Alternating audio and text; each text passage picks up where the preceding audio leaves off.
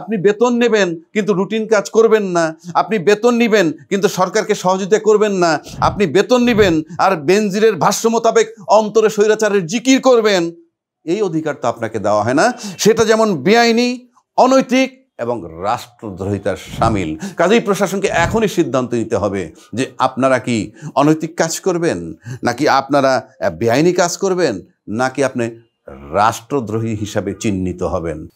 বাংলাদেশের সাবেক আইজিপি বেনজির আহমেদ গতকালকে অনলাইনে কিছু বক্তব্য রেখেছেন, সোশ্যাল মিডিয়া সেটা এসেছে এবং বেশ আলোড়ন সৃষ্টি করেছে।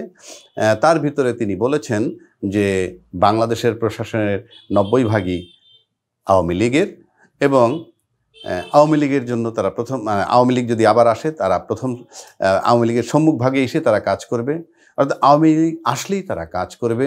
এবং তারা এমন কথাও বলেছেন বেনজির সাহেব, কীভাবে বিএনপিকে ট্র্যাপ করার তাদের পরিকল্পনা, সেটাও উনি উল্লেখ করেছেন। এবং তার পরিপ্রেক্ষিতে বাংলাদেশ পুলিশ অ্যাসোসিয়েশনের সভাপতি কামরুল হাসান তালুকদার এবং সাধারণ সম্পাদক মনুল হক এই বিবৃতির তীব্র নিন্দা জানিয়েছেন এবং এটাকে রাষ্ট্রদ্রোহিতার শামিল হিসাবে বলেছেন, যেটা রাষ্ট্রদ্রোহী বক্তব্য বলে এটা উনি মেনশন করেছেন। তো এটার পরিপ্রেক্ষিতেই আমার কথা। এবং এটা কেন বলছি আমি, যে একই কথা কিন্তু আমাদের আসিফ নজরুল সাহেবও কিছুদিন আগে বলছেন যে বাংলাদেশের 80% পুলিশ তাদের হৃদয়ে আওয়ামী লীগকে ধারণ করে চলছেন। এটাও আসিফ নজরুল সাহেব বলেছেন। এটার অর্থ কি দাঁড়ায়? বেনজিরের ওই কথার অর্থ যদি এটা হয়, তাহলে আসিফ নজরুল সাহেব কথার অর্থ কি দাঁড়ায়, সেটা আমার কাছে মনে হয় কিছুটা মানুষ চিন্তা করতে পারেন বা করা উচিত। কিন্তু আমার প্রশ্ন হচ্ছে যে বেনজির সাহেব যে এই কথাটা বললেন, তাতে আমাদের এই মুহূর্তে এই ফলাফলটা কি দাঁড়ালো? ফলাফলটা আমরা কিছু কর্মকাণ্ডে বুঝে ফেললাম যে প্রশাসন যে আওয়ামী লীগের ধারক বাহক এবং প্রশাসন কোঅপারেট করে না, যদি আমি জানি, এটা বিশ্বাস করি, কিন্তু এখন এই মুহূর্তে কি হলো, পুলিশ তার রুটিন কাজের নামেই 32 নম্বর বাড়িটা পাহারা দিতে পারত। অর্থাৎ বেনজির সাহেব বলছেন যে প্রশাসন 90% আওয়ামী লীগের, সত্য, কিন্তু প্রশ্ন হচ্ছে যে তারা সিংহ হবে কখন? আবার আওয়ামী লীগ ক্ষমতায় আসলে। তা নইলে 90% প্রশাসন থাকা সত্ত্বেও 32 নম্বর বাড়ি সহ অন্যান্য যে সমস্ত আওয়ামী লীগ নেতাদের বিভিন্ন জেলায় বাড়ি গুড়িয়ে দিয়েছে, সেটা কেন প্রোটেকশন হলো না? 2 নম্বর, একটা সময় যদি কালকে কথার কথা বলছি, কালকে যদি কোনো কারণে হাইপোথিসিস যে যেহেতু আওয়ামী লীগ আসলে আবার পুলিশ কাজ করবে, তো হাসিনা যদি কালকে ক্ষমতা আসে, আপনার এই প্রশাসন কেউ কি রক্ষা পাবেন? তখনই তো আপনাদেরকে কৈফিয়ত চাওয়া হবে যে আমার ব্যাড টাইমে তোমরা প্রজাতন্ত্রের চাকর, কিন্তু তোমাদেরকে পালছি আমি জমিদারের মতো। আমার ব্যাড টাইমে আমার বাড়ি তুমি রক্ষা করতে পারো নাই, তাহলে সেটার কৈফিয়ত চাইলে প্রশাসন কি করবেন? তৈরি হন। যদি শেখ হাসিনাকে চিনে থাকেন তাইলে তৈরি হয়ে যান, মানসিকভাবে তৈরি হয়ে যান যে আপনাদেরকে বিচারের সম্মুখীন হতে হবে। এবং সেটা আমার কাছেও যৌক্তিক মনে হবে যদি শেখ হাসিনা এটা কোনোদিন করেন, আপনাদেরকে ইভেন রিটায়ার্ড করতে 90 বছর বয়সে এসে আপনাদের বিচারটা করে, আওয়ামী লীগ শেখ হাসিনা না করুক, অন্য কেউ করে, সেটা আমার কাছে জাস্টিফাইডই মনে হবে। আবার আওয়ামী লীগ ক্ষমতায় আসলে আপনারা রাজত্ব করবেন, স্বপ্ন দেখতেছেন।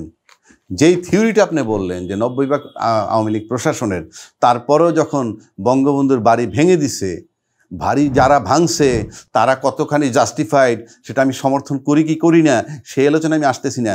কেন পারলেন না আপনারা রক্ষা করতে? আবার স্বপ্ন দেখেন আপনি আসলে ওই একই কায়দায় দেখবেন, ওই যে রাজাকারের নাতিকে যেমন রাজাকার বলছে শেখ হাসিনা, তেমনি আপনারাও চিহ্নিত থাকবেন। আজকের পুলিশ অফিসারের নাতিও সেদিন শেখ হাসিনার কাছে হয়তো ধিকৃত হবেন আপনাদের কর্মকাণ্ডের জন্য।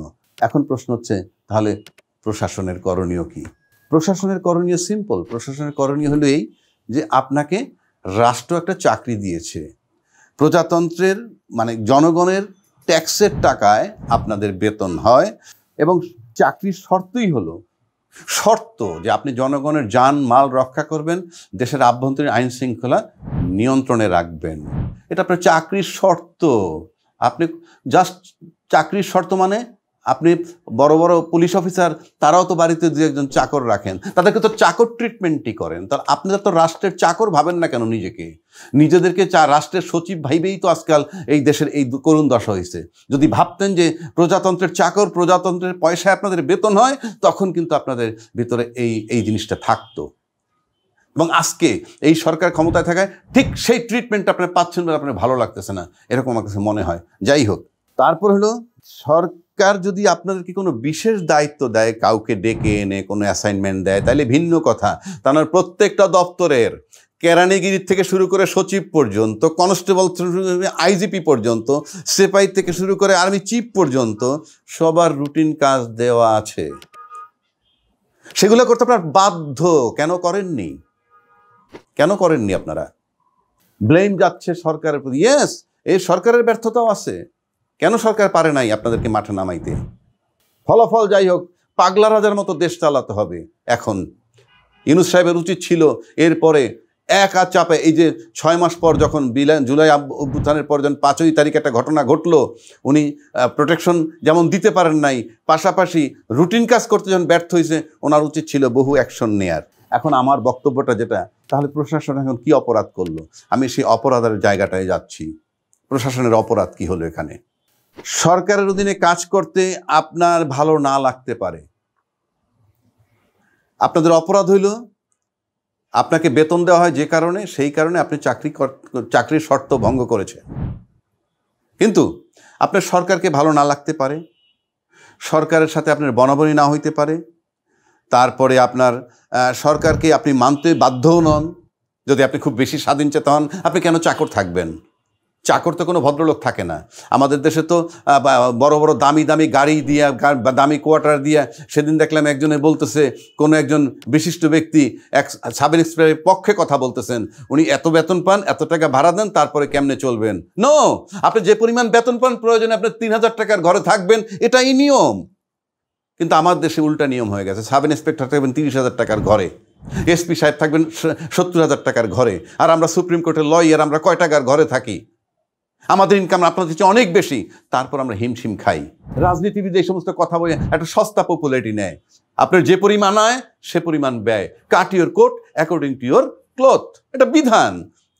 আপনি বেতন পাইবেন 30,000, আপনি 30,000 টাকা ঘরে থাকার স্বপ্ন দেখেন কেন? এখন সবচেয়ে শেষে যে কথাগুলো বলতে চাই প্রশাসনকে নিয়ে আমি, আপনি সরকারকে ভালো না লাগতে পারে, আপনি সরকারের কি মানে মানতে বাধ্য না, সরকারের হুকুম শুনতেও বাধ্য না, যদি আপনি চাকরি না করেন। এটা প্রমাণ করতে পারবেন চাকরিটাকে ছেড়ে দিয়ে। নতুবা আপনি বেতন নেবেন কিন্তু রুটিন কাজ করবেন না, আপনি বেতন নেবেন কিন্তু সরকারকে সহযোগিতা করবেন না, আপনি বেতন নেবেন আর বেনজিরের ভাষ্য মোতাবেক অন্তরে স্বৈরাচারের জিকির করবেন।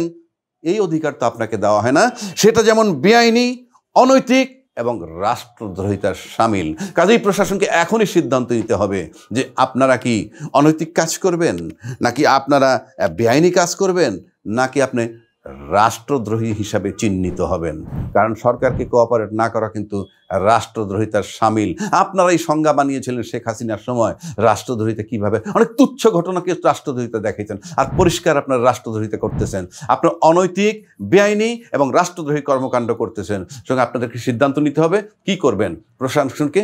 এবং আমি নিশ্চিত করে বলতে পারি, আপনার কালকে থেকে রুটিন কাজ শুরু করে দেন, কোনো সন্দেহ নাই আপনাদের কোনো ঝামেলা থাকবে না। আর আমি আজকে আমি খুব জোরালো কণ্ঠে প্রশাসনের পক্ষে বলছি, কালকের থেকে যদি আপনার কাজে নামেন, একদম ঠিক মতো কাজ করেন, আমার দরকার নাই ইউনূস সরকার না কে সরকার না কোন সরকার কিভাবে দেশ চলে, দরকার নাই। আপনি প্রজাতন্ত্রের গোলাম এবং আপনি আপনার রুটিন কাজ করতে বাধ্য। সেই কাজগুলা করবেন এবং নিয়মের মধ্যে থেকে করবেন। যদি আপনাদের উপরে কোনো অবিচার হয়, আমি লয়ার হিসেবে বলছি, আপনাদেরকে আইনের সমস্ত ডিফেন্স আমি দিব। আমি আপনাদের কাছে অঙ্গীকার করলাম।